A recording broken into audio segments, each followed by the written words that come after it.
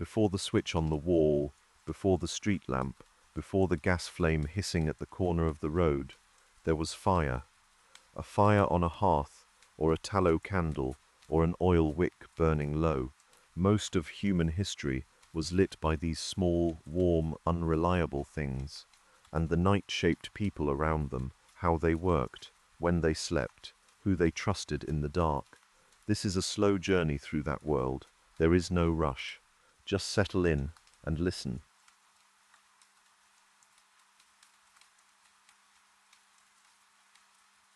The hearth was not a lighting fixture. That is perhaps the most important thing to understand about it. A modern person tends to think of light as one thing and heat as another. The lamp on the side table, the radiator beneath the window, each doing its separate job.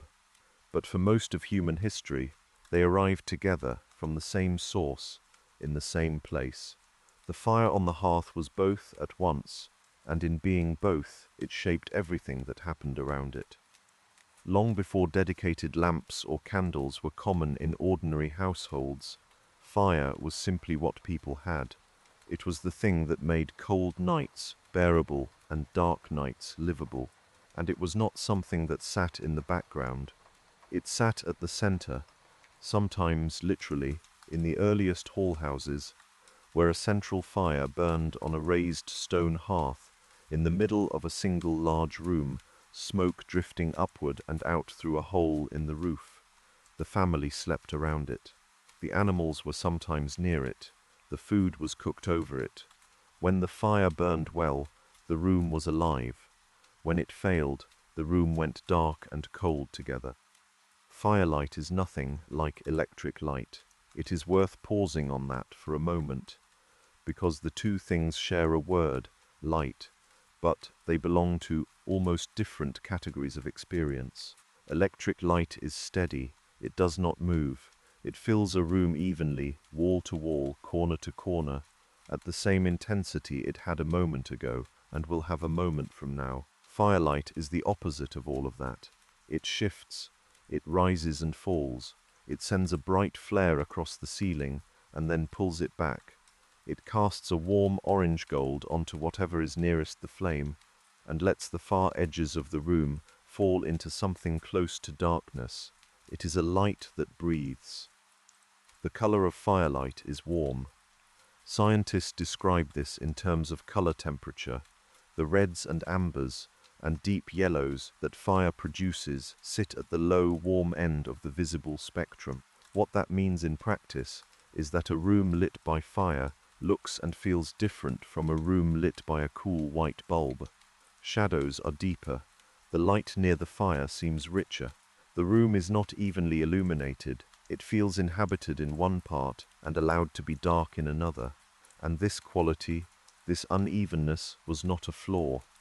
For most of human history, it was simply what light was. The hearth was where the household gathered in the evening. After the work of the day was finished, or slowed, people pulled close to the fire. It was the warmest place. It was the brightest place. And it was the social place. Around the fire, families talked. Stories were told. Children listened. Parents made plans. Older members of the household rested, half watching the flames. The fire gave the evening its shape, a slow contraction from the wider tasks of daylight toward this close, warm, flickering center. Cooking happened at the hearth, the iron pot suspended over the flame, the bread propped near the heat to bake slowly, the broth that had been going since morning. The hearth fed the household and warmed it and lit it, all at once, and because it did all three things simultaneously, the evening gathered around it naturally. There was no reason to be anywhere else. Warmth and food and light were all in the same direction. The hearth was also where things dried. Wet clothes hung near it. Herbs hung from the beams above it. Wet boots were set close to the heat. The domestic life of a household circulated through the hearth the way water circulates through a system. Everything passed near it at some point, drawn by warmth and necessity. The smell of a room with a working fire was layered. Wood smoke, yes, but also whatever was cooking, and the damp of drying cloth, and the faint animal warmth of the household itself. It was not a clean or neutral smell, but it was a warm one. Darkness in a fire-lit household was not an absence to be corrected. It was a gradient. Near the fire there was light. A step or two away there was less. At the far end of the room there might be very little at all. Enough to sense shapes, but not to read, not to work with any precision. People organized themselves around this. Tasks that required seeing, sewing, mending, reading, if anyone could read, happened close to the fire. Tasks that required less, resting, sleeping, waiting, could happen further away. The darkness at the edges of the room was not threatening. It was simply where the fire did not reach. This is a different relationship with darkness than a modern person tends to have. The expectation today is that a room should be fully lit, that all corners should be equally accessible to the eye, that darkness indoors is a problem to be solved, but for centuries, people lived in rooms that were partly lit and partly dark, all at once, and they arranged their lives inside that reality, without resisting it. The fire was the center of the light.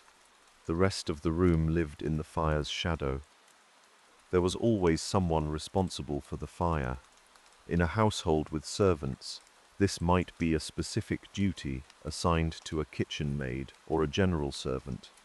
In a small family household with no servants, it fell to whoever was still awake.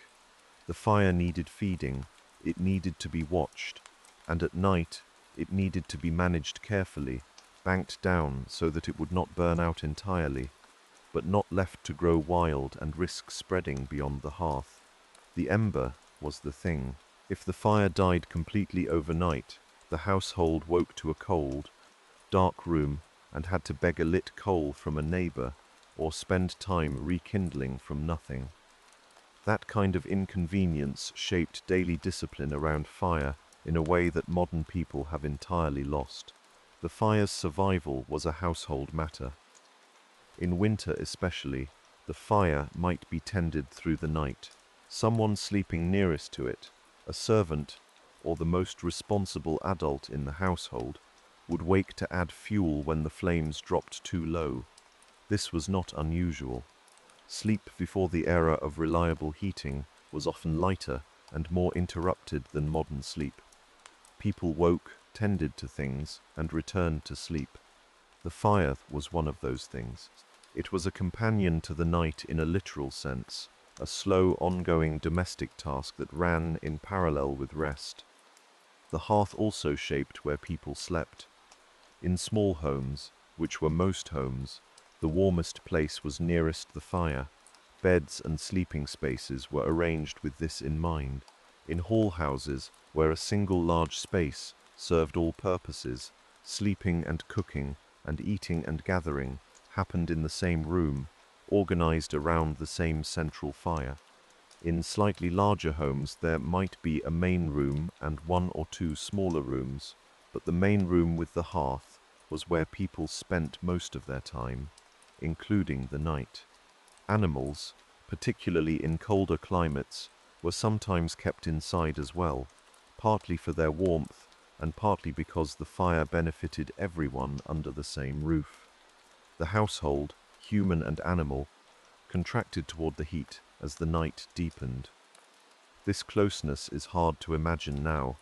Privacy in sleep is a modern expectation, but for most of human history, sleep was a shared activity conducted in company, close to warmth and close to light. The fire was not something across the room, it was something near enough to hear. The soft settling of embers, the occasional small shift of wood, the whisper of heat moving in the chimney. These were the sounds of the night. They were ordinary, they were what nighttime was. There is something worth staying with in that image. A room at night, mostly dark, mostly quiet, with a low fire burning on the hearth. A family arranged around it, some sleeping, some half awake. the light moving slowly on the ceiling, the warmth pressing out from the fire and fading as it moved toward the walls, the sound of breathing and the sound of the fire blending together into the texture of nighttime. It is a different kind of rest than we know now, more communal, more dependent on this one managed flame at the center of everything. Centuries of nights were spent this way, not just in one place or one culture, but across most of the world where people lit fires to live. The specific design of the hearth changed over time. The fuel changed. The size and shape of the room around it changed. But the arrangement, people gathered around a fire, the room fading to dark at the edges, the fire tended through the night, was one of the most constant features of human domestic life for a very long time. It was the world before anything else was invented. The candle was the first small change, not a replacement for the hearth, but an addition to it. A portable flame that a person could carry through a doorway, take up a staircase, bring into a room that had no hearth of its own. That portability was new, and it changed things quietly in the way that most things change, gradually, without announcement.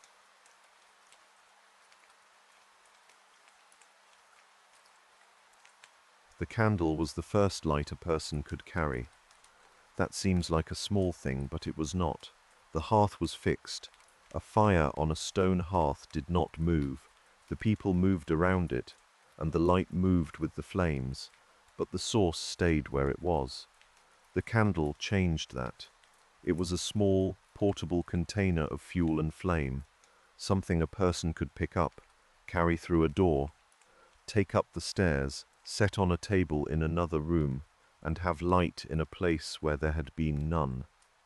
Light could now follow the person, rather than requiring the person to come to the light.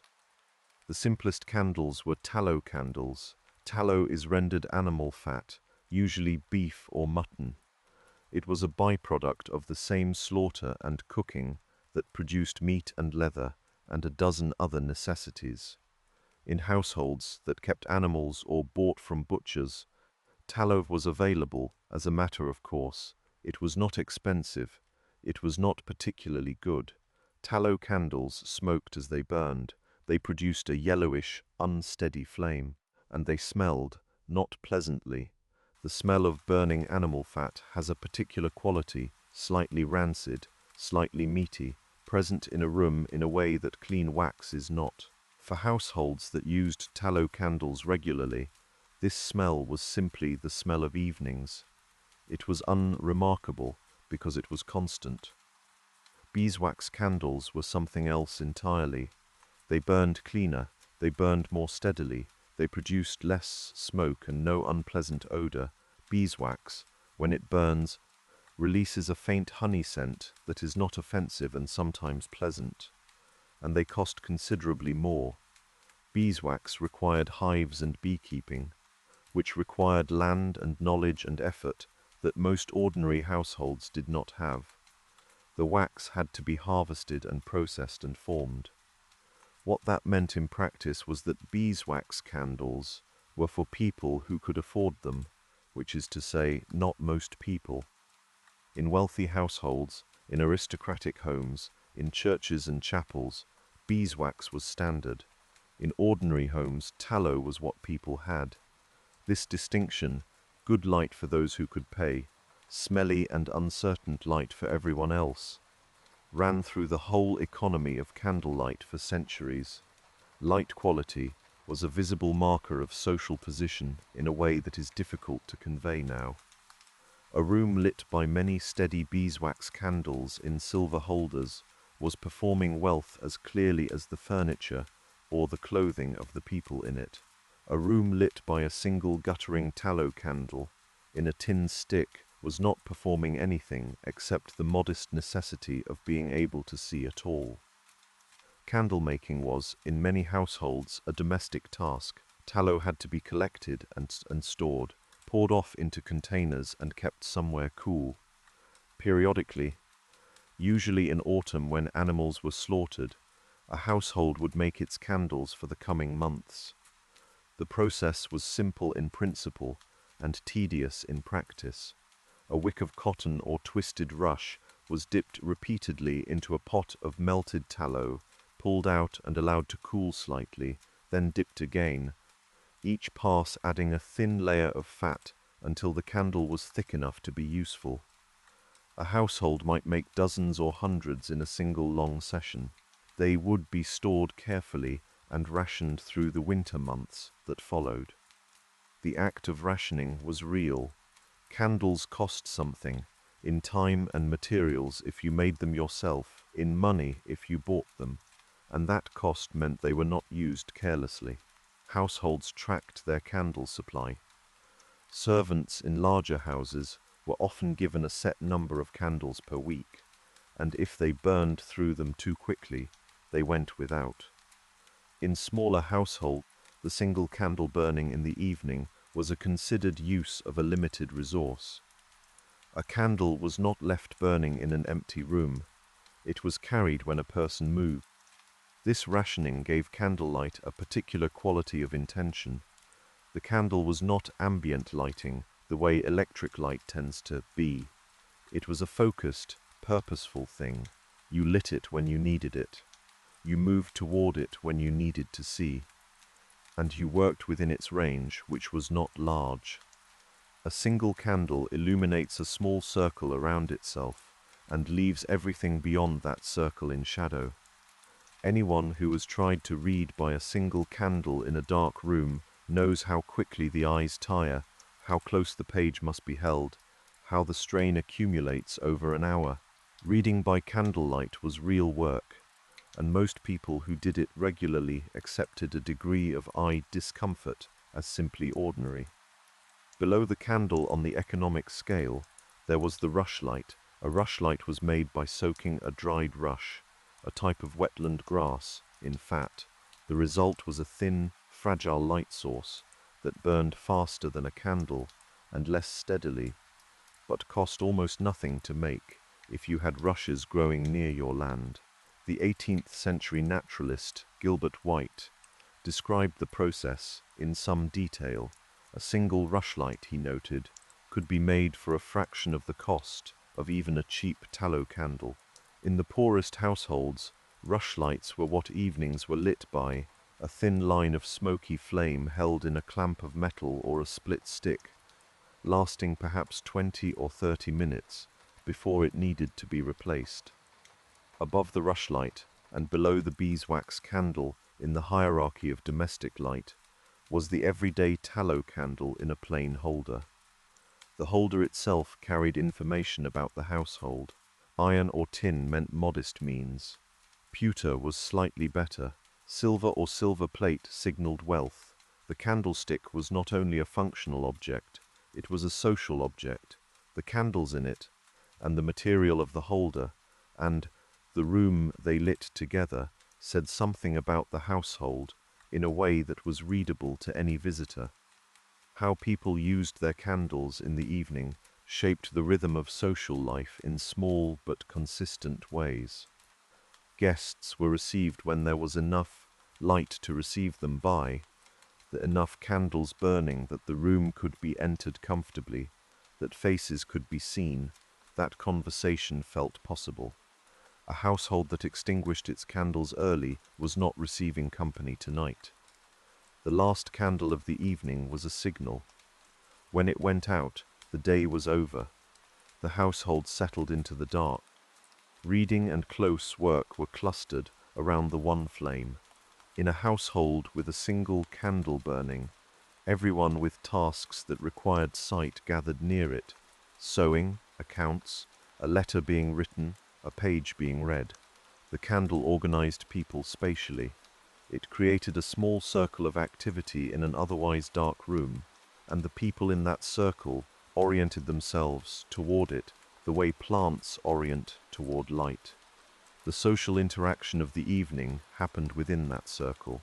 The conversations, the quiet company, the shared warmth of being near the same small flame, all of it concentrated by the candle into a space that the darkness around it defined. The last person to bed extinguished the candle, or, in houses where fire risk was taken seriously, they carried it with them, using it to find the stairs, to navigate the hallway, to reach the bedroom and set it down on the table beside the bed while they undressed. Then it was snuffed. The wick was pinched out, or the snuffer placed over it, and the room was dark. The faint smell of wax smoke lingered for a few moments, a slight acrid sweetness, and then even that faded, and the room was fully dark and fully quiet. The economics of candlelight shaped not just what light people had, but how they thought about darkness itself. Darkness was not a problem that light solved once and for all. It was a condition that light temporarily held back, at a cost, for as long as the candle held. When the candle was gone, or too expensive to burn another hour, the darkness came back. That was not a tragedy or a failure. It was the normal rhythm of night. The household adjusted. People went to bed earlier in winter, when candles ran short and the nights were long. They stayed up later in summer, when natural light lasted longer, and the cost of artificial light could be deferred. The candle was a resource, not a right, and the night was shaped accordingly. There is a domestic intimacy in all of this that is easy to miss from a distance. The person carrying a tallow candle up a dark staircase, one hand around the flame to shield it from drafts, walking carefully through a house that exists mostly in shadow around that one small point of light, that is a human being, navigating the night with the tools available to them. The flame illuminates their face and the step immediately in front of them. Everything else stays dark, and they move through that darkness, not with fear, but with the ordinariness of routine, because this is simply what evenings are, and have always been, and the body knows the way. The candle and the hearth coexisted, of course. A candle was not a replacement for the fire. It produced almost no useful heat and could not cook a meal, but it extended the fire's function outward. It was the means by which the household could subdivide its evenings, one person near the hearth, another carrying a candle to another room for a task that required quiet or privacy. The fire remained the center. The candle was the emissary, a small delegation of light, sent out from the warmth at the heart of the house into rooms and stairways and corners that the hearth could not reach.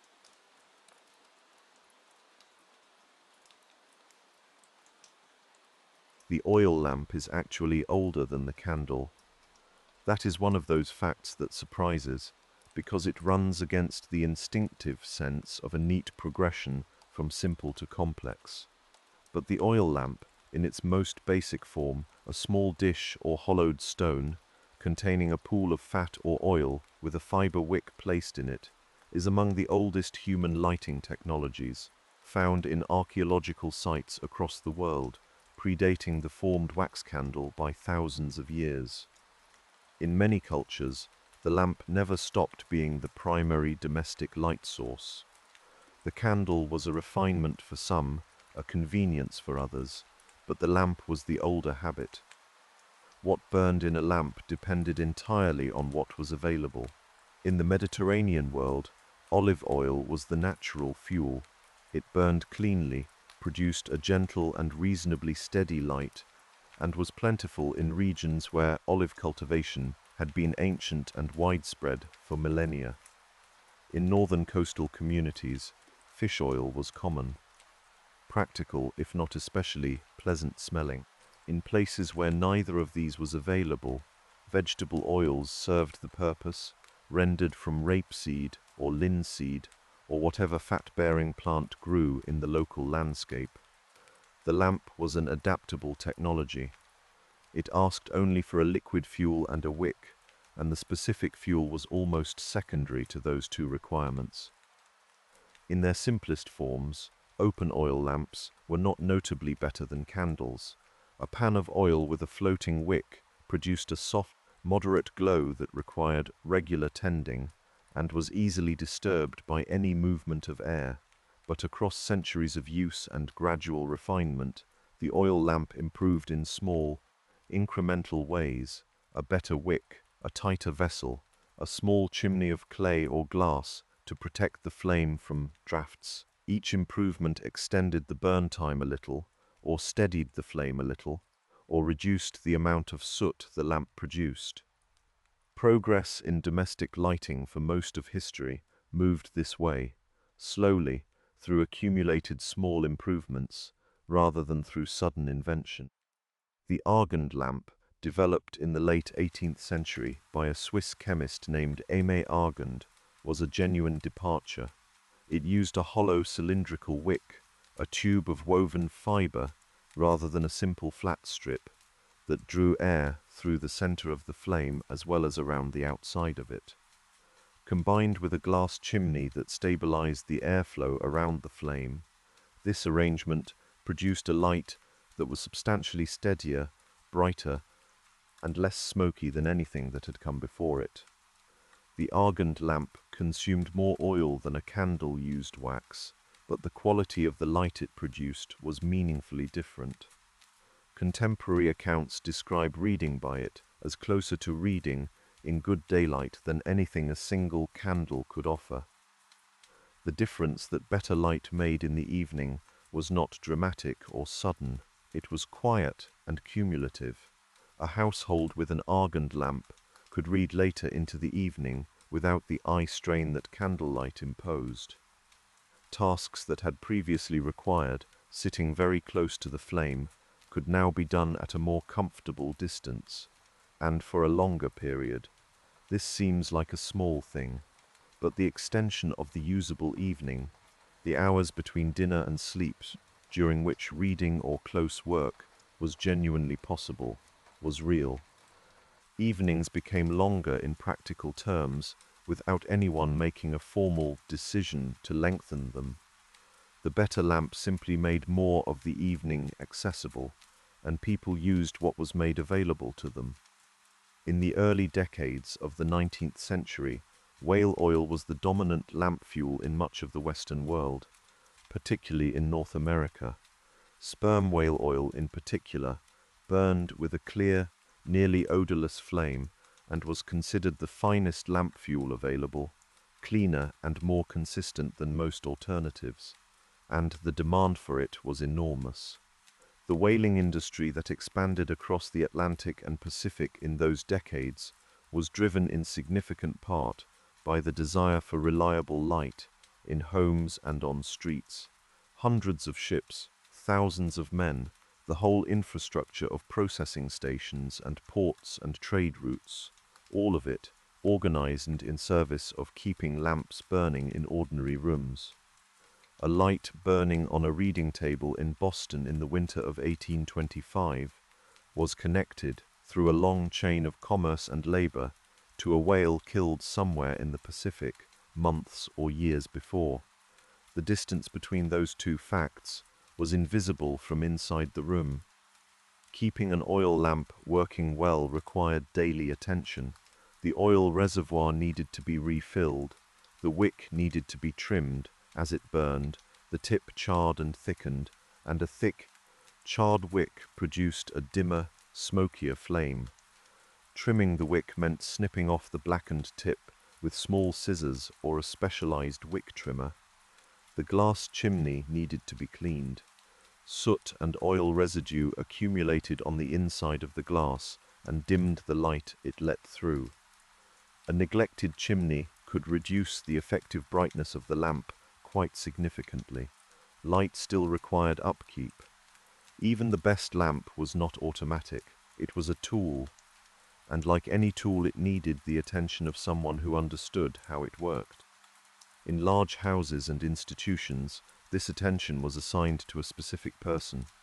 The lamp trimmer, or, in households with a wider staff, the under-butler or a designated servant, moved through the rooms each morning, refilling reservoirs, trimming wicks, cleaning chimneys, checking the overall condition of each lamp.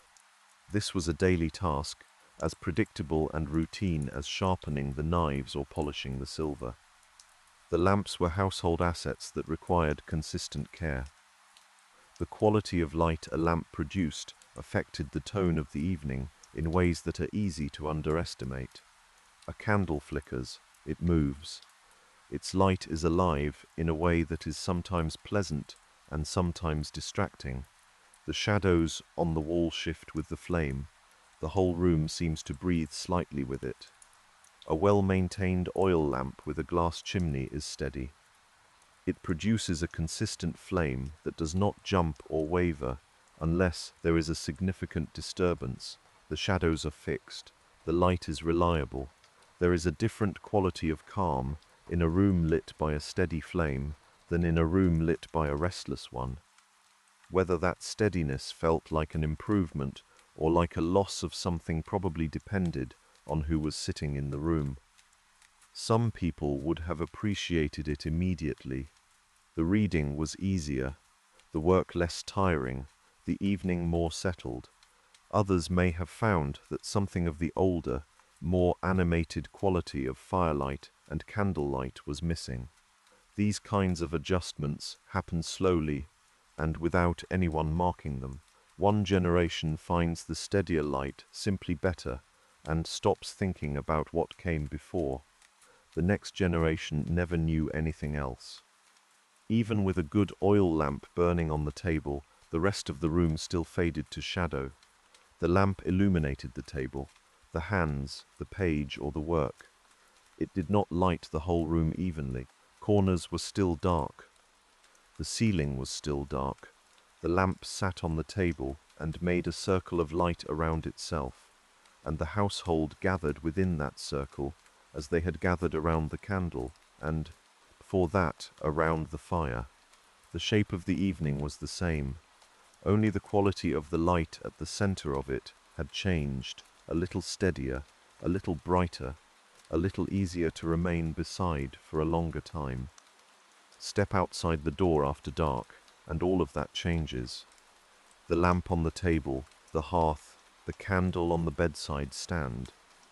All of it belongs to the domestic interior, to the private and managed world of the household.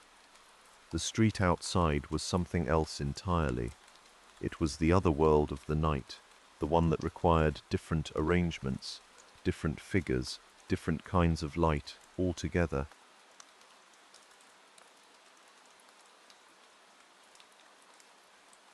Inside, there was always at least the possibility of light. A fire, a candle, a lamp on the table, the domestic interior could be managed. A person could arrange themselves within reach of whatever light the household could afford, and the darkness, while always present at the edges, was contained. Outside was different. Outside, after dark, in most cities and towns through most of history, there was real darkness, not the comfortable, managed dark of a firelit room, the open, unmixed dark of night. Urban streets before public lighting were not merely dim. In the centuries before oil lanterns hung at the corners, and before any gas flame burned along the thoroughfares, a city street at night was genuinely dark in a way that is difficult to reproduce in the modern world. Cobblestones made uneven and slippery by rain, gutters running with water and refuse, doorways set back in shadow, the irregular profiles of buildings cut against a sky that might or might not offer moonlight, all of it passable by day and treacherous by night. Walking at speed in that darkness was risky, the ground was uneven, the hazards were invisible. A person without a light was moving through the city largely by memory and by sound. Sound became a navigational sense after dark in a way that daylight does not require. The sound of water in the gutter told you where the edge of the path was. The echo of your footsteps shifted as you moved from an open square into a narrow alley, and that shift in echo said something about the width of the street. Other people were heard before they were seen, and judgments were made about them, friend, stranger, threat or none, from the sound of their step and their voice before any visual information was available at all. The city at night, had an acoustic texture that the city in daylight did not have. People who lived in it learned that texture the way they learned any landscape, through experience, through repetition, through time. Into this darkness came the night watchman. The night watchman was a civic institution found in various forms in cities and towns across Europe from the medieval period onward. He was, at his most basic, a person paid to walk a defined route through the streets at night, carrying a lantern, and to be present. His presence was the point. A lantern moving slowly through the dark streets was evidence that someone was there, that the streets were not entirely without attention, that a disturbance would be noticed and would be reported. Whether any individual watchman was genuinely effective varied enormously depending on the person, the city, and the era. But his route, his lantern, and his voice were a permanent feature of the night, for the people who lived within earshot of him. The night watchman called the hours. This was one of his central duties, and it served a purpose that is easy to overlook from a world where every person carries a clock. For people in their homes, in the centuries before reliable personal timepieces were common, the sound of the watchman's voice in the street below was a kind of clock. He called out the hour, sometimes just the time, sometimes the time and the weather, sometimes a short phrase particular to the tradition of the town. Midnight, one of the clock and all is well, two of the clock. These calls moved through the streets as the watchman moved his route, and people in their beds heard them and knew, without opening their eyes or reaching for anything, what hour the night had reached. This acoustic structure of the night is worth pausing on. In a world without electric clocks on every wall and every wrist and every bedside table, time at night was approximate unless you had specific means to observe it. A prosperous household might keep a clock, a modest household might not. For many people, perhaps most, the watchman's voice calling the hour was the most reliable nighttime signal available. They calibrated their sleep around it, woke to it, listened for it when they lay awake in the small hours, wondering how long until morning. The watchman was not only a civic presence, he was a kind of shared timekeeping service, broadcast by voice through the dark streets, received by whoever was awake to hear it. His lantern was both a practical object and a symbolic one. Practically, a watchman without light could not do his job. He needed to see the street, to check doorways, to help someone who had fallen or was lost. But the lantern was also symbolic, in the sense that its presence meant something to the people who glimpsed it from their windows or heard it approaching in the dark. The light moving out there in the night was not an abstract comfort. It was a physical fact. Something was moving with a flame, and that flame stood for the presence of a person performing a civic duty, doing a job that someone had decided was worth paying for. The watchman was not the only light moving through dark streets. In the larger cities, London especially, but also Paris and Amsterdam, there were link boys. A link boy was typically a young male, often a teenager or younger, who carried a torch of twisted rope soaked in pitch. The pitch burned smoky and bright. These boys stationed themselves near theatres, taverns, and the residences of the wealthy, places where prosperous people would need to move through the city after dark. For a small payment, a link boy would walk ahead of a client through whatever darkness lay between where they were and where they needed to be, his torch held up and forward, casting its orange, unsteady light onto the street ahead. The link boy occupied an interesting social position. He was available to anyone who could pay, but in practice his clients were those wealthy enough to be out at night by choice, attending the theatre, visiting friends, coming home from a late dinner. His torch was bright enough to make a real difference on a dark street, and he knew the streets. That knowledge was itself a form of labor, the ability to navigate by feel and familiarity through a city that gave almost nothing to the senses after dark. The two of them moved together, the link boy and his client, through the narrow streets in a small bubble of light, the darkness pressing in on all sides. Being out after dark carried social meaning beyond mere navigation. In most cities, before reliable public lighting, the hours after dark were understood differently from the hours of daylight. Daytime was public time. Streets belonged to everyone who moved through them, and movement itself was unremarkable. Night made movement legible in a different way. A person on the street at midnight was, by default, someone whose presence required explaining. This did not mean everyone abroad after dark was dangerous. Tradespeople worked night hours, servants ran errands, watchmen did their rounds, travelers arrived late. But visibility and trust were connected in ways that daylight did not require. The honest person carried a light, or moved with a group, or had business that was known. The person who moved in darkness invited suspicion, whether or not they had earned it. Lanterns were not only tools. In many places and periods, they were legal requirements. Ordinances in various European cities required householders to hang lanterns outside their doors on dark nights, or to provide light sufficient to illuminate the street in front of their property. These requirements were irregularly enforced and imperfectly followed, but they represented the beginning of a civic understanding. That light in public streets was a shared necessity, not merely a private convenience.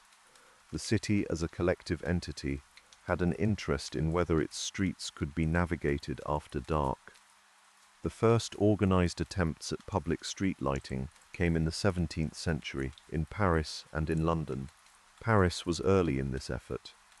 In 1667, the city introduced a system of oil lanterns hung on ropes stretched across the streets at intervals, lit each evening by designated lighter men who worked a route at dusk and returned at dawn to extinguish them. London followed with its own arrangements in the years surrounding. These systems were imperfect. The lanterns swayed on their ropes. The oil burned unevenly. Coverage was patchy. Major thoroughfares in the center of the city might be lit, while streets a few blocks away remained entirely dark.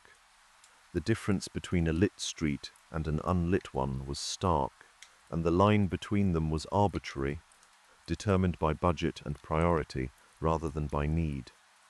But the principle was established. The city had decided, as a matter of civic investment and collective will, that darkness in the streets was a condition worth addressing. That decision, imperfect and partial as its execution was, marked something. The night in a city was not simply the night. It was a space that could be intervened in, improved, made safer and more legible, and that someone, some civic authority, had a responsibility to do so. What those early street lanterns looked like, held in the imagination, has a particular quality. They were not bright by any modern standard.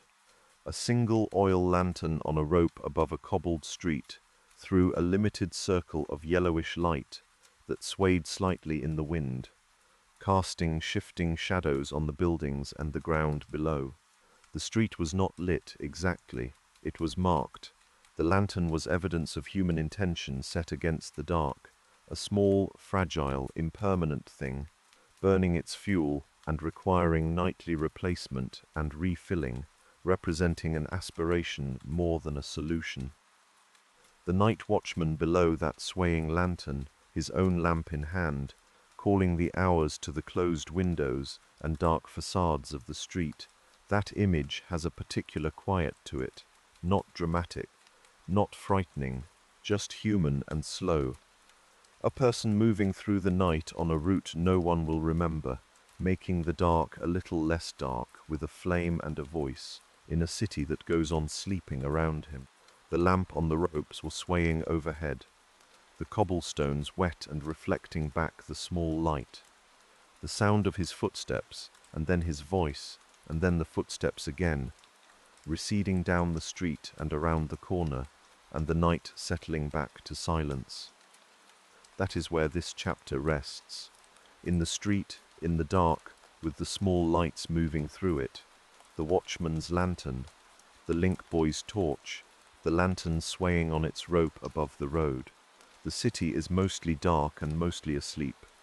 A few lights move, the hours are called and pass, and the night continues the way it always has, the same kind of dark it has always been, held back only a little, only partially, by the small and careful things that people have learned to burn.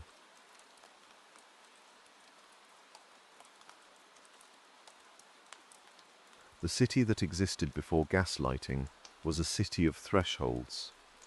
There was an inside and an outside, and once you crossed from one to the other after dark, you crossed from a world of small managed flames into a world that had almost none. The lanterns that hung on ropes across certain London streets, the link boys who darted through the gutters carrying their pitch torches for a penny. These were improvements over nothing, but they were fragile and uneven. They required payment, or luck, or living in the right parish. What arrived in the first of years of the 19th century was something else entirely. Coal gas could be piped beneath the streets, not carried, not hung on a rope and relit every night, piped through iron mains laid below the cobblestones, connecting intersections and shop fronts and public thoroughfares to a source that never moved and never needed a person to pour anything into it. The gasworks sat at the edges of the city, large, industrial, smelling of coal and sulphur and something hot that had no clean name. They produced gas continuously, feeding it into a network that simply waited to be opened. The infrastructure required to make this work was unlike anything a city had committed to before on behalf of its knights. The early gas companies that contracted with London parishes in the second decade of the century were making an argument, not always in so many words, but in the weight of the investment, that the darkness of the street was a civic problem with a civic solution, that a city owed its inhabitants not just roads and markets and courts, but the means to see when they moved through it at night. The first gas lamps appeared on Westminster Bridge in 1813. More followed across London through that decade, and the ones that came after. The idea travelled with its engineers. Paris, Edinburgh, Dublin, each city had its own timeline, its own gas companies and parish councils and arguments about cost. But within a generation, the gas lamp was the visible mark of a city that considered itself modern. The infrastructure was permanent, in a way the old lanterns had never been. It was installed below the ground, where it could not be easily damaged, flowing without interruption, waiting at every lamp post for the small action that would bring it to life each evening. What those lamps actually looked like, from the pavement below them, is worth settling into for a moment. A gas flame is not a candle flame.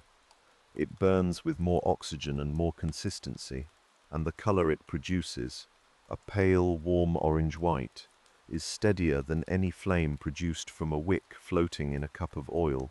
It does not gutter when a carriage passes. It does not dim when the temperature drops. It burns at its own level and holds there through the whole of the night. When the gas lamps were lit along a row of wet cobblestones, the reflections stretched along the ground in long, unbroken lines. The stones caught the light and broke it into 100 small glimmers, and the street below the lamp was luminous in a way that had simply not been possible with an oil lantern swaying on a rope. Writers of the period noticed this.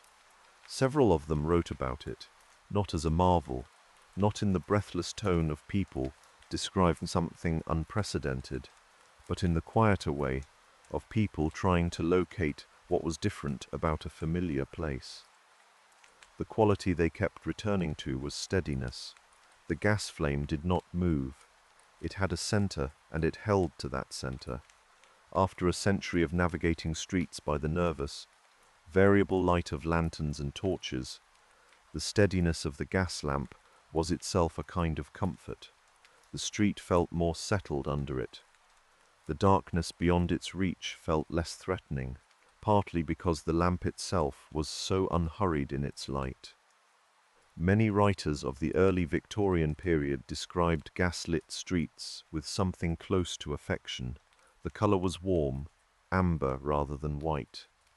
The light spread broadly, rather than pointing like a candle in a dark room.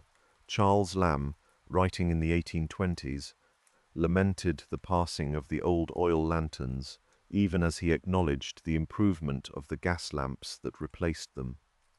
There was something in the oil lanterns, he felt, that the gas flame did not quite carry, something irregular and individual that the steady civic flame had traded away for its consistency. Not everyone agreed. But the observation itself says something about how much people had noticed the quality of the old light, even when they welcomed the new. Alongside the pipes and the lampposts, a new figure appeared in the routine of the city evening. The lamplighter walked his route at dusk, carrying a long pole. At the end of the pole was a small flame, sometimes a taper, sometimes a tiny oil lamp, and he used it to open the gas valve on each lamppost and touch the jet to life. He worked from one end of his route to the other. He knew each lamp. He knew which valves ran stiff and which were easy. He knew the timing of the light at each season, when dusk came earlier and when it came late. It was a very human job overlaid on a piece of systematic infrastructure. The gas company had laid the pipes and cast the lampposts and run the valves. But the light still required a person to bring it into being each evening, and another act, the same route walked again at dawn, to extinguish it. The lamplighter was not a glamorous figure. He was a routine one, a slow-moving landmark in the early evening, a small evidence that someone had taken on the daily responsibility for the dark. Households on his route knew when he would pass. Children in the street knew his schedule. In winter, when darkness arrived in the middle of the afternoon, the lamplighter would begin his route while the sky still held its last grey light. He moved through streets that were not yet dark, turning on lamps that came to life softly in the remaining dusk. In summer, he worked in the long suspended twilight of northern evenings, when the horizon stayed pale until late, and the lamps burned in a sky that had not yet fully agreed to be night.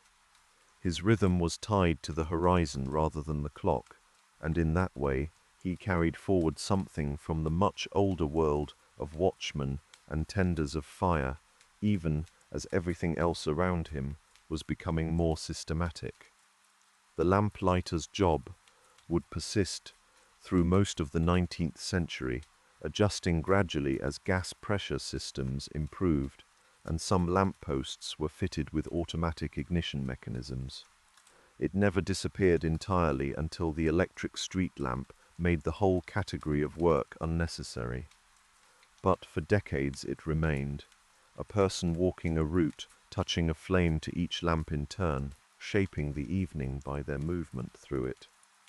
What gas lighting changed most immediately was the street, and the street, once reliably lit, changed what the evening could hold. Shops had always closed at dusk, not by preference, but because serving customers in near darkness was impractical, and because the cost of enough candles or oil to make a shop floor properly visible was not negligible. Gas light changed that calculation. In districts where the pipes ran past storefronts, shopkeepers began leaving their windows illuminated later into the evening. Goods that had been invisible to a passerby after dark were now visible. Cloth folded on shelves, crockery arranged in careful rows, books stacked behind glass. A gas-lit shop window was a new kind of invitation. The theatre districts benefited conspicuously.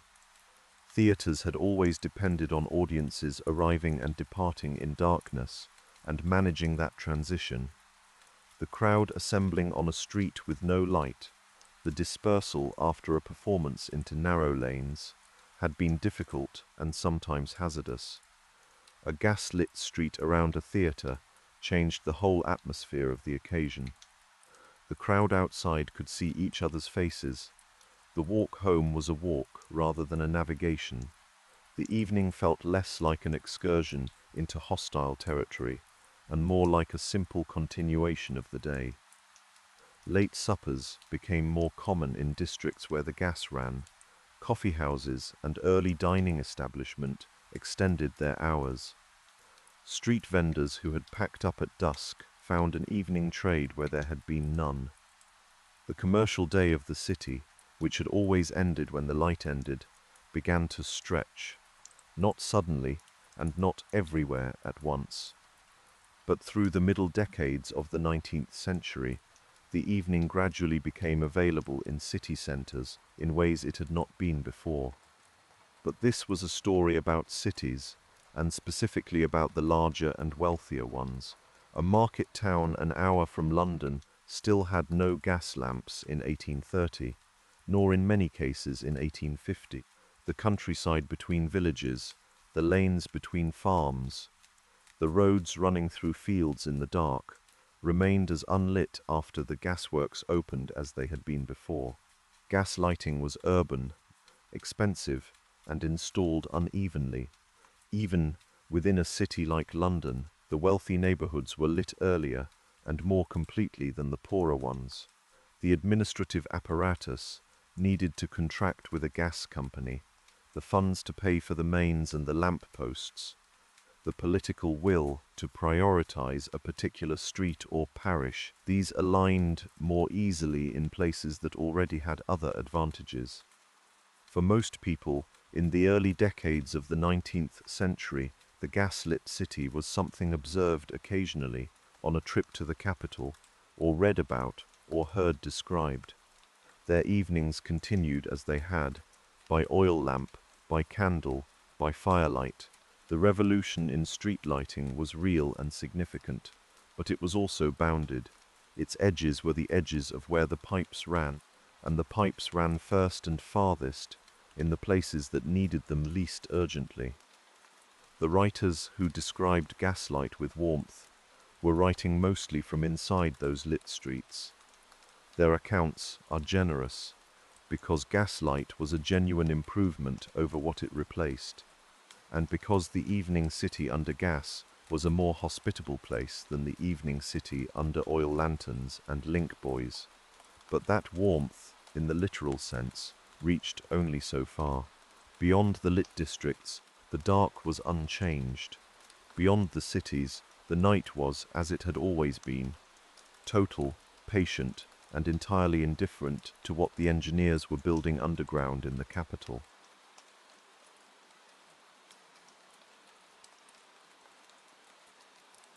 The evening in a comfortable household somewhere in the middle of the 19th century, a household in a city or a sizable town, not wealthy but settled, had a particular shape to it.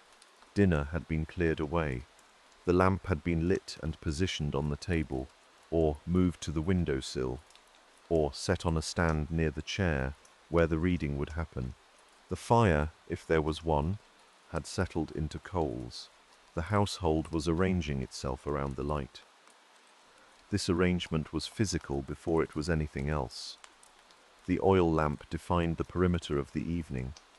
You sat close to it, whatever you were doing, a letter to write, a stocking to mend, a chapter of a novel in progress, you brought it to the circle of light that the lamp allowed.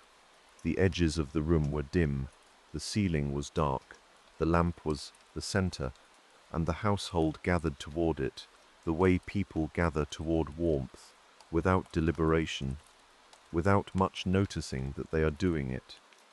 The oil lamp of the mid-19th century was different from the lamps of a generation before.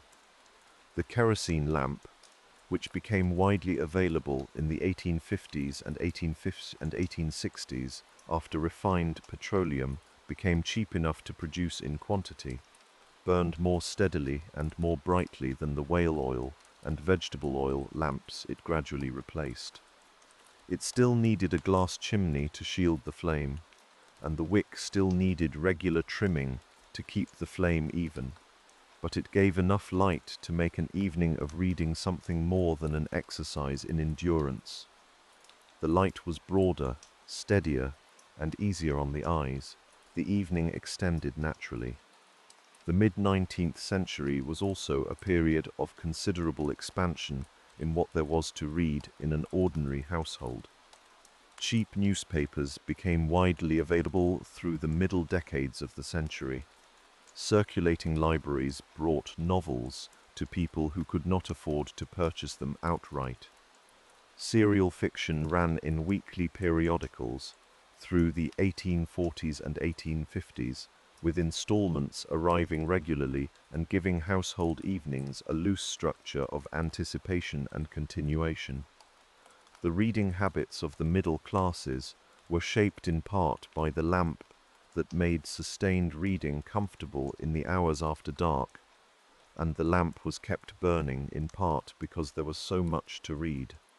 Some households read aloud. One person would read while others listened, hands occupied with sewing or some other quiet task, the voice moving through a chapter while the lamp burned steadily in the center of the table. It required a particular kind of evening to do this well. Long, unhurried, free of competing demands on attention. It required a household that had settled into its night hours. The lamp made the room made the ritual accumulated, evening after evening, into something that shaped what domestic life felt like. There are passages in letters and diaries from this period that describe evenings with a quality of fullness, not busyness, not productivity in the modern sense, but occupation that felt satisfying and calm. A chapter finished, a letter written and set aside for the morning post, a conversation that moved between the day's small events and slower, longer thoughts. The lamp stayed lit. The clock on the mantelpiece marked the hours. Outside, the street held whatever light the neighborhood could manage. Inside, the household was its own quiet world. Gathering close to a single light source created a particular kind of social proximity.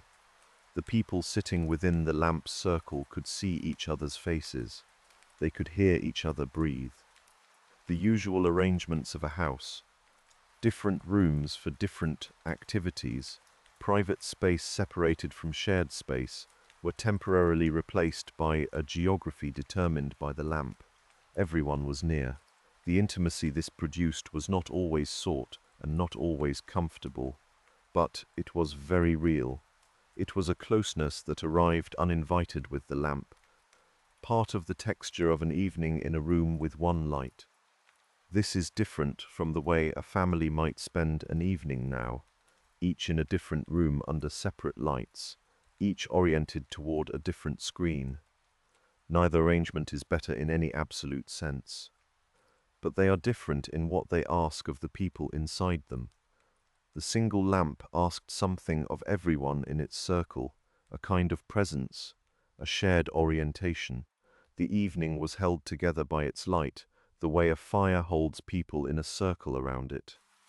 As the evening moved toward its end, the lamp was extinguished, not gradually, not as a slowly fading warmth, but in one motion the wick turned down until the flame went out and the room went dark.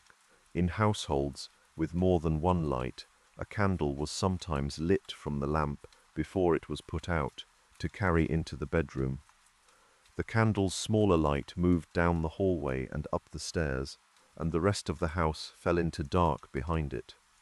In the bedroom, the candle gave enough light to undress and arrange the bedclothes, and then it too was put out.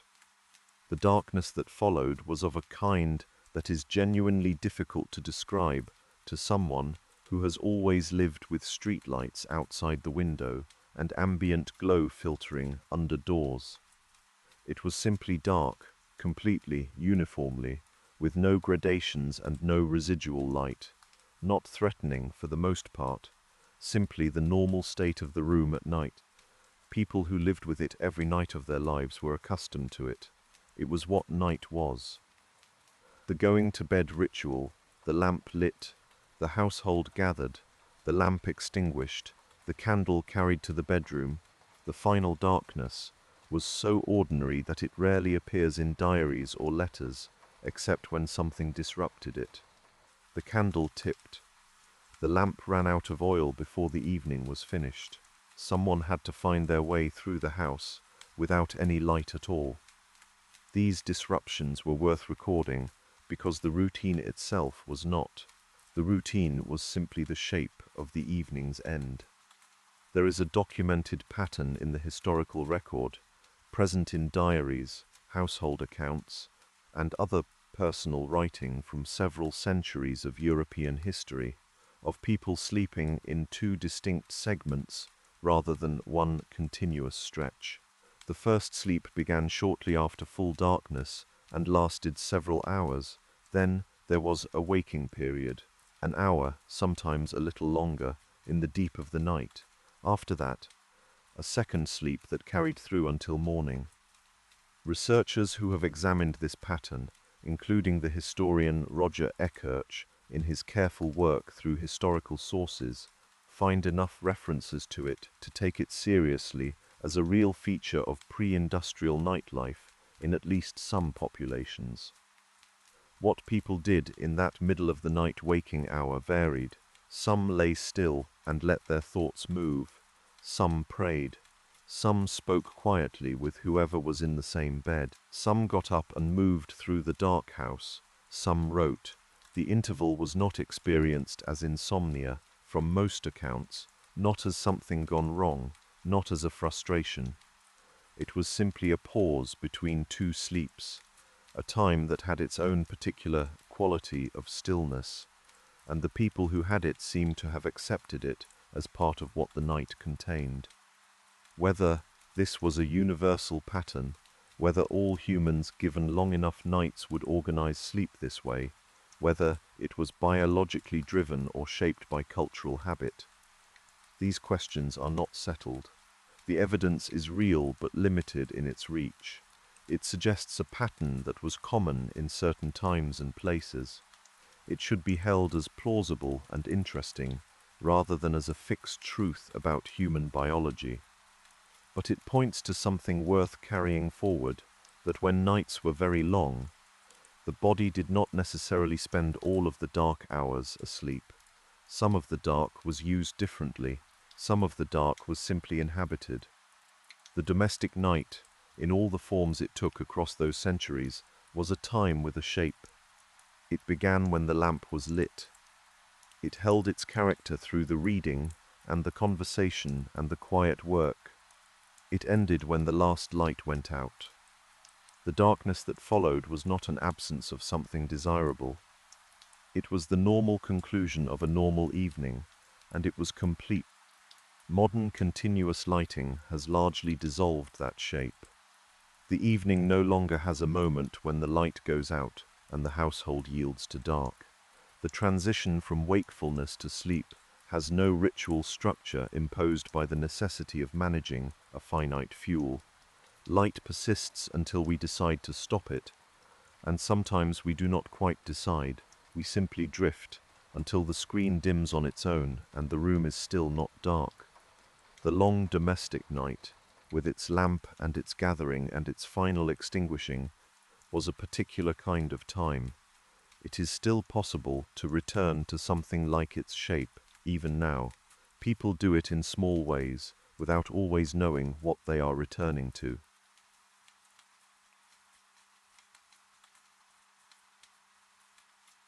Everything that had come before it, the hearth, the candle, the oil lamp, the gas flame, was a combustion. Something burned, something was consumed. The light was a byproduct of a chemical process happening in real time, and the process required your attention because it could end. You filled the reservoir. You trimmed the wick so the flame would burn clean. You lit the gas jet at dusk and returned to extinguish it at dawn. The light reminded you of its requirements in the way living things do.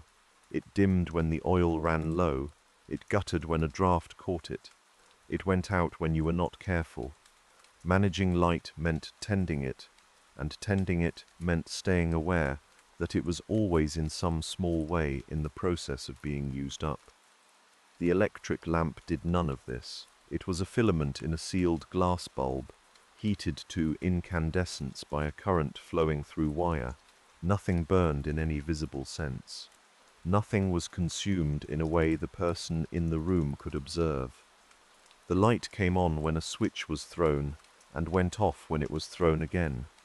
It could burn for hours without any attention. It produced no smoke, no residual warmth from a fuel being spent, no smell of oil or tallow or gas. It was, measured against everything that had preceded it, light that had been separated from the physical process of making light. The abstraction was invisible. What was visible was simply a room that was brighter and whiter and required nothing. The first practical demonstrations of electric lighting came in the late 1870s.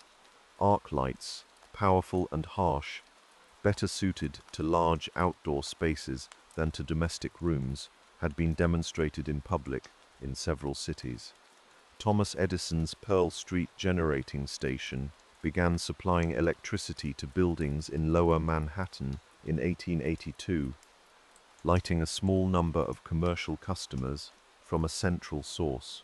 The Savoy Theatre in London opened in 1881 as the first theatre in the world lit entirely by electricity, and the effect on audiences, the evenness of the light, the absence of the heat and faint smell of gas, was widely noticed and commented upon. Wealthy homes in London and New York began to be wired in the late 1880s and into the 1890s. The process required not just fixtures but a connection to a generating station, or in some cases a small generator on the property itself. It was expensive, and it was new enough that the workmen who did it were still working out the safest practices. But for households that could afford it, the electric lamp offered something that nothing before it had: light without the daily labor of maintaining it. No oil to purchase and pour, no wicks to trim before the evening, no gas jet to light by hand and extinguish in the morning, just the switch. The rollout was slow, measured in decades rather than years, and it was profoundly uneven. A house in Mayfair might have electric light in 1890, while a house in a working-class district of the same city still used gas into the 1910s, and a farmhouse in the countryside still burned kerosene into the 1940s or beyond. Rural electrification in Britain was not substantially complete until after the Second World War. In many parts of the world, the completion of rural electrical grids came later still. The switch was not thrown everywhere at once. It was thrown house by house and district by district across a span of time that, for most of the people living through it, felt less like a revolution and more like a gradual and uneven shift in what was available. In the places where it arrived, the electric light changed a room in ways that were immediately apparent. The color was different. Gas flame produces a warm orange-white, the same quality that writers of the Victorian period had found beautiful in gaslit streets. The incandescent electric bulb produced a light that was yellower than modern fluorescent or LED sources, but noticeably whiter and cooler than gas. It was also more uniform. Gas lamps produced light from a concentrated point and cast shadows with a clear edge, the shadow of a hand on a wall, the shadow of a window frame on the floor. An electric bulb suspended overhead gave a flatter illumination that spread into corners the gas lamp had left dim. Some people found this entirely welcome. A room that was evenly lit was a room in which you could see clearly from any position, without needing to move your work closer to the flame or arrange your chair to catch the light at the right angle. The electric room was practical, in a way no gaslit room had quite managed. Others noticed something harder to name, a quality that the new light lacked, the shadows that gas had cast, the warmth of its particular color, the slight intimacy of a light that always left some of the room in partial dark. These were gone. The electric room was wholly visible. The light reached everywhere equally, and in reaching everywhere equally, it changed the character of the spaces between its reach. Early accounts of rooms lit by electricity often describe them as feeling larger, not because the dimensions had changed, but because the corners were lit. The architectural geography of a room had always been partly defined by the lamp. The area near the light was the active area. The edges were for things that did not require full attention. That geography dissolved when the overhead bulb illuminated everything at once. The room became a single space, rather than a lit center and a dimmer surround. As the electric lamp spread, the trades that artificial light had required for centuries began their long decline. The lamplighter's route had a natural end date from the moment the electric street lamp appeared. The transition was gradual. Gas street lamps persisted in many areas well into the 20th century, and gas lamplighters were employed in certain London districts into the 1950s. But as a trade organized around the daily management of outdoor flame, it wound down. The knowledge accumulated in it, the knowledge of a route, of seasonal timing, of which valves needed patience and which ran easily, was no longer knowledge anyone needed. It dissolved with the people who had held it. The candlemaker's trade diminished more slowly because candles were not replaced by electricity in one clean substitution. They became decorative and ceremonial. Churches kept them for liturgical purposes. Households kept them for dinner tables and for the power failures bought that electric light introduced as a new domestic inconvenience.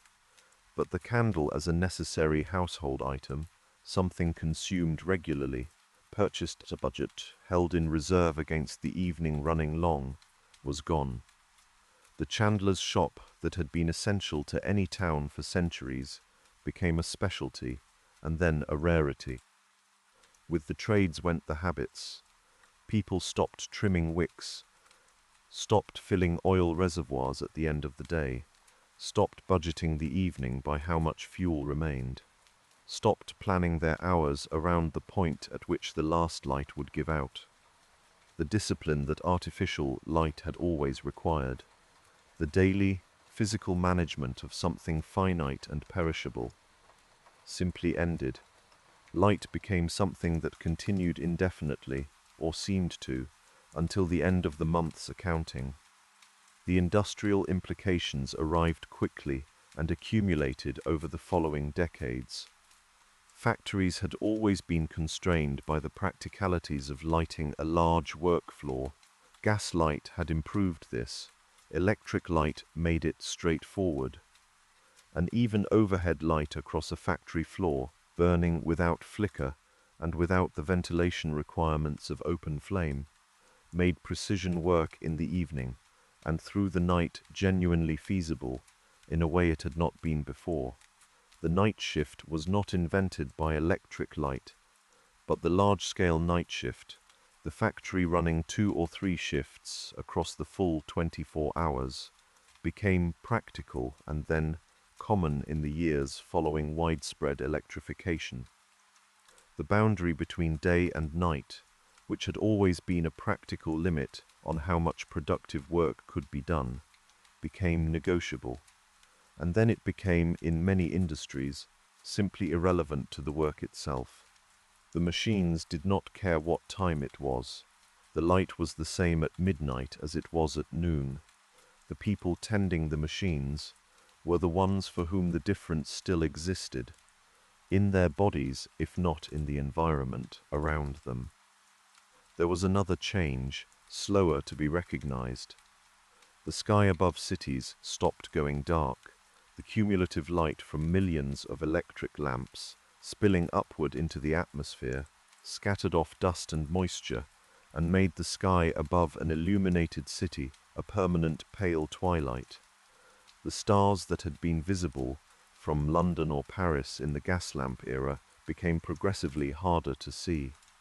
By the middle of the 20th century, a person living in a major city might go years without seeing the full arc of the night sky. By the end of the century, a significant portion of the world's population lived in places where the sky was never truly dark. This was not a disaster. It was what happened when light became cheap enough and abundant enough that no one needed to think carefully about where it went. The night above the city was changed, not in ways that most people noticed from one evening to the next, but changed nonetheless. The dark that had been the default condition of every night in every place throughout the whole of human history was, in the lit world, no longer the default. It had to be sought, it had to be traveled to, or constructed, or arranged. It had become, for the first time, something other than what simply happened when the day ended.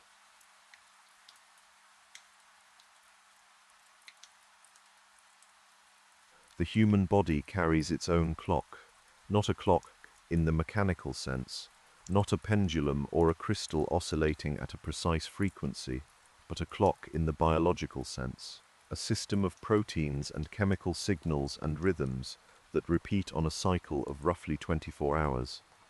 This clock is embedded in nearly every cell of the body. It governs when alertness rises and when it falls, when body temperature reaches its peak and when it begins its long, slow descent, when certain hormones move and when they recede. It is very old. It is older than any of the things this series has described, older than the first hearth, older than the first candle, older than fire as a human tool. The body's circadian system evolved in a world that predated human civilization by hundreds of thousands of years, and the world it evolved in had one very reliable feature. Every day light fell, and every day light faded. The sun moved across the sky and then fell below the horizon, and the world dimmed, not instantly, but gradually, through a twilight that lasted anywhere from 20 minutes to an hour, depending on the season and how far north or south of the equator a person stood. The body was built inside that rhythm. The clock anticipated it. The chemistry was organized around it in ways so fundamental that they are now, after all this time, still operating in the same way. The departure of light in the evening still does what it always did. As ambient light levels fall at dusk, a small gland at the center of the brain, the pineal gland, begins releasing a hormone called melatonin. Melatonin does not cause sleep directly. It is more like a signal than a sedative. It tells the body that darkness has arrived, that the long interior process of winding down can now begin. Core temperature starts a slow descent. Alertness begins to ease. The body starts, through many linked steps that unfold over the following hours, to prepare for sleep. This preparation takes time. Usually a couple of hours pass between the first rise in melatonin and the moment when sleep becomes natural and comfortable. The body is not designed to be active in daylight and then switch abruptly to sleep at dark. It is designed to move through a gradual transition, the dimming light as a kind of advance notice, the evening as a threshold rather than a wall. For most of human history, that transition happened more or less as the chemistry expected. The sun went down. The available light dropped to the level of firelight or candlelight, which is dim by any modern standard. The evening hours in a pre-industrial household were genuinely dark by the measure of what the circadian system needed to read. The signal could proceed as designed. What bright artificial light in the evening does is interrupt that signal. The circadian system reads light levels as information about the time of day. A brightly lit room in the evening, lit to the level that most modern interiors maintain without particular thought, carries a light level the system reads as continued day. The melatonin rise is suppressed or delayed, the temperature drop is pushed back, the preparation for sleep is deferred. Nothing is broken. The body is simply receiving information that does not match the hour, and it responds to that information in the way it was built to respond, by continuing to behave as if the day were not yet finished. This is not a crisis, it is a mismatch, quiet, cumulative, and easy to overlook because it produces no single dramatic symptom. The sleep still comes, eventually. The body adjusts, imperfectly and with some cost, to the depth and timing of what sleep it gets. It is simply that the ancient system and the recent environment are not quite speaking the same language. They are operating at cross purposes in ways so ordinary and so persistent that most people living inside that mismatch have never had occasion to notice it. People in pre-industrial eras likely fell asleep differently. The evidence is incomplete and indirect, but it points consistently in one direction. Winter nights in Northern Europe ran to 14 or 15 hours of darkness. Summer nights were short, 6 or 7 hours, sometimes fewer. The body, living inside those rhythms without interference, probably slept longer in winter and shorter in summer. It woke earlier when the light returned earlier in the spring and summer months. It slept later into winter mornings when darkness ran long past what the clock would now call a reasonable hour. Sleep was seasonal in a way that life indoors under artificial light, with its year-round consistency, has largely erased. The first sleep and second sleep pattern, documented in letters and diaries and household accounts from several centuries of European history, may reflect a natural accommodation to those very long winter nights. When darkness extends for 15 hours, the body does not need 15 hours of sleep. It needs 7 or 8, perhaps 9. The remaining hours of dark were not hours of lying awake in frustration, or not primarily. They were hours of a different kind of quiet, the waking interval between two sleeps, the middle of the night hour that the historical record describes in enough places to be taken seriously, may have been simply what the body did when the night was long enough to allow it. Whether this is a universal human pattern, whether everyone, given sufficient darkness and a long enough night, would naturally divide their sleep this way, remains an open question. The research and the historical evidence are suggestive rather than settled. What it describes may have been common in certain populations in certain seasons. It should be held as interesting and plausible, not as a firm rule about how human sleep is supposed to work, but it points toward a larger observation that is clearer. The shape of sleep, for most of human history, was not fixed. It moved with the seasons. It responded to the dark. Darkness was a resource. That framing may feel unusual. Resources are things gathered or produced, things added to a situation. Darkness is what remains when nothing is added, when the light stops. It is, in that sense, the default. It is the condition that was always there, that the body was built inside of, that every human who ever lived navigated and used, and in some cases feared, and in many cases welcomed as the ordinary end of the ordinary day. The body needed darkness the way it needs warmth and food and water, not as a luxury, as an active condition. The melatonin release in response to falling light is not decorative. The temperature drop that deepens in a dark room is not incidental to sleep, but part of its architecture. The particular depth of sleep available in genuinely dark conditions, its structure, its restorative quality, is connected to the darkness in ways that sleep scientists are still working to fully describe. Darkness was not merely the absence of a disturbance. It was something the body actively used. And now it has become scarce in the places where most people live. Not impossible to find, not gone entirely, but no longer the ordinary condition of the night, no longer what simply happens when the day ends.